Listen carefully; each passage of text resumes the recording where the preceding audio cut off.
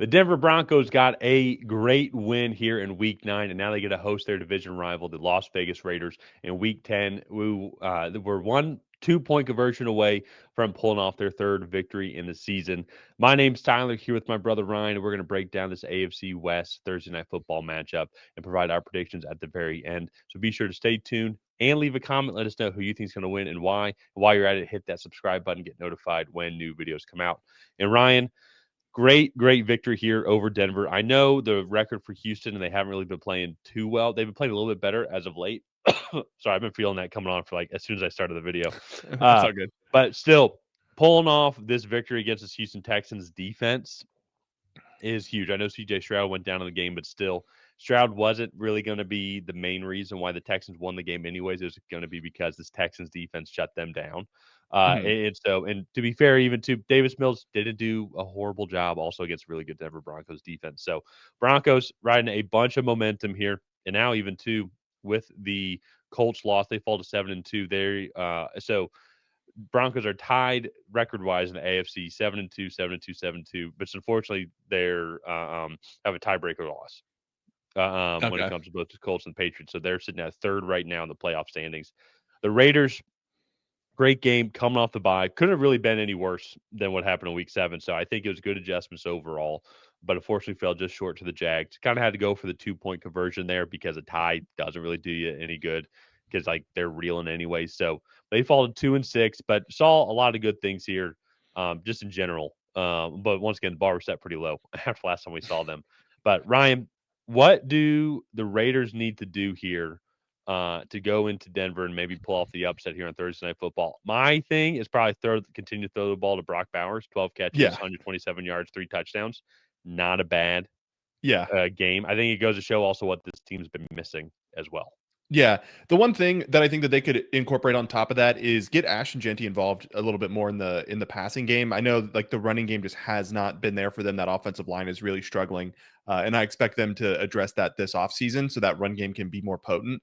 But get him involved in the passing game a little bit more. Like you said, continue to target Brock Bowers. We'll see what happens at the trade deadline if Jacoby Myers is still on the team after Tuesday at 4 p.m. Eastern. And so I think if they can start to really assemble this like arsenal of weapons that they could potentially have on this team, I think offensively they could start to take steps forward. But with how bad that offensive line has been, I think that they're still gonna struggle, especially in the running game. For me, it comes down to can they get after Bo Nix or not? I think you saw in this Texans game, Will Anderson and Daniil Hunter, one of the best pass rush combos in the league. The Broncos didn't really bother running or throwing the ball all that much. I think he only had like 180, 190 yards passing. So Oh, I think wait. that Say that sentence again. Because Bo Nix threw the ball for 37 times, especially later on in the game well, when he they're didn't just throw it trying to get. that often. He only threw for 171 yards. Oh, okay. I think So I think you mean that successfully. I think you yeah, try to yeah, say yeah, the yeah, completion rate. Yeah. yeah. And so I think that that's going to kind of continue to be the thing. Can Max Crosby pin his ears back and pressure Bo Nix and force a lot of incompletions? And then from there, can this offense do enough to win? Because I think if the Broncos score over 20 points, this Raiders team is just going to struggle to compete because they just struggle to get to 20 points alone, no matter who they're facing. So I think that that's going to be a really big testament for this Broncos team. If they can just get to 20 points, then I think that that's the game for them. Yeah, I think that's the thing here, and Raiders fans, correct me if I'm wrong or if you disagree, but with the Broncos, they had to go up with just an overall, just really good defensive front seven by Houston, and on top of that, too, good secondary as well.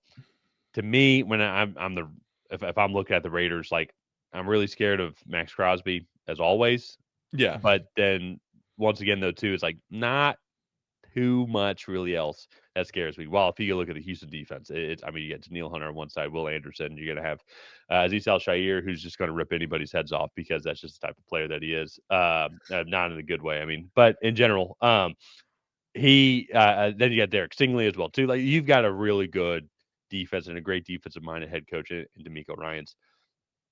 The Raiders are several years away, I think, from that.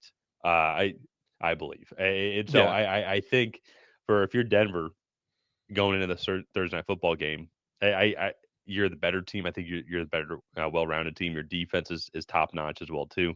I think you're going to have to hone in on Brock Bowers because him being back was a huge boost to this team. Really, obviously, they missed him a lot, open things Yeah. up in the pass catching departments. Because so we talk about Brock Bowers, yes, Ashton Jeanty here, but I think this is also kind of the problem though for what I'm talking about. So Bowers had 12 catches, Jeanty had 5 catches. Then it was 3 catches for Trey Tucker. Michael Mayer had 3 catches. Jacoby Myers had 4. So it does open things up for the other guys, but those are their 2 superstars. Yeah. That is essentially their whole offense. So Broncos are going to game plan around stopping the run game, which shouldn't be difficult against this Las Vegas Raiders team, as you already talked about. And the Broncos are 7th in rushing yards allowed, only allowing 93 yards Yeah.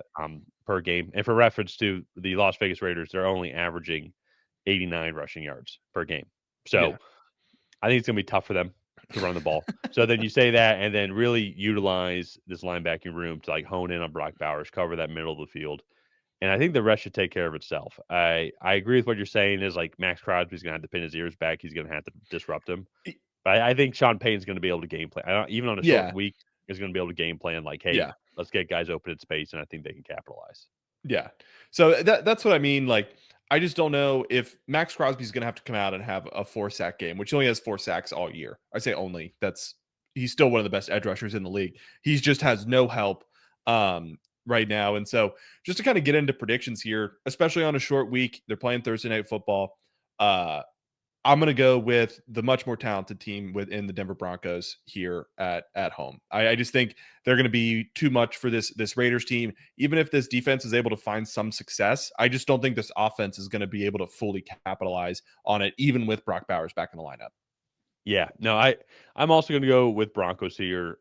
Do not be surprised if you see Bo Nix throw for like above 225, I think a much Yeah. higher completion percentage rate. Like especially to like the Houston Texans defense is a gauntlet. Like it is Yeah. really tough, and you'd be like, hey, we just beat these guys, and now we got to go play the Raiders defense at home on a shortened Yeah. week. Because I think on the flip side, then too as well, now you're only giving the Raiders a couple days of game plan against a Sean Payton offense, and Yeah. yeah, like today was rough. But once again, one of the things I love though too about, and you can say the same thing too, like with Las Vegas, like how there's a lot of people that they targeted. There's 8 people that were targeted, including Tyler Lockett, who they just picked up, even though he missed the 2-point conversion. But same thing though too as well amongst all their pass catchers, running backs, tight ends, and everything.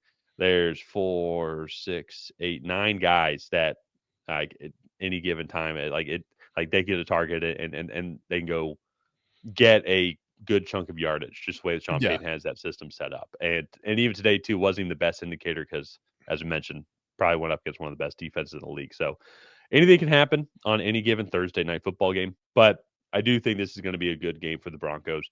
Now 7-2, and if you go and look at it too, the other 2 teams that they're playing with, the Colts and tied with the Colts and the Patriots. They're 7-2. They both have some NFC South matchups that could be tough for them. We're going to break down those games as well too. But also, I think an even bigger thing as well for the Broncos, just when it comes to this matchup, is divisional game here. But your game up on Los Angeles, you don't have the tiebreaker yet. You play them in Week 18, but now 2 games up on Kansas City, and you still have 2 Yeah. games against them. And Denver's done a good job historically shutting down Patrick Mahomes and the Chiefs, especially when they're at home. So huge game here for them. Get another victory here and go to 8-2. Yeah, no, I think it's going to be a big one for the Raiders. And just to kind of break down, so they have the Raiders this week, then they play the Chiefs at home again at 4:25. So they have a little mini bye before they go up against the Chiefs, and then they have the Commanders, Raiders again, Packers, Jags, Chiefs, and then Chargers.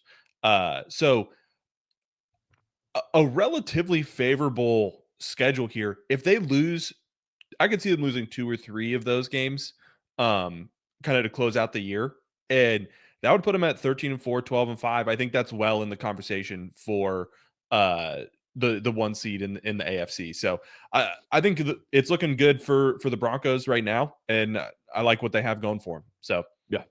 let's go ahead. Let's wrap up this video here. If you guys have not already, please go ahead and like and subscribe. That is the best way to help out the channel. While you're down there, leave a comment on who you think is going to come out ahead in this matchup. Will it be the Las Vegas Raiders? Will it be the Denver Broncos?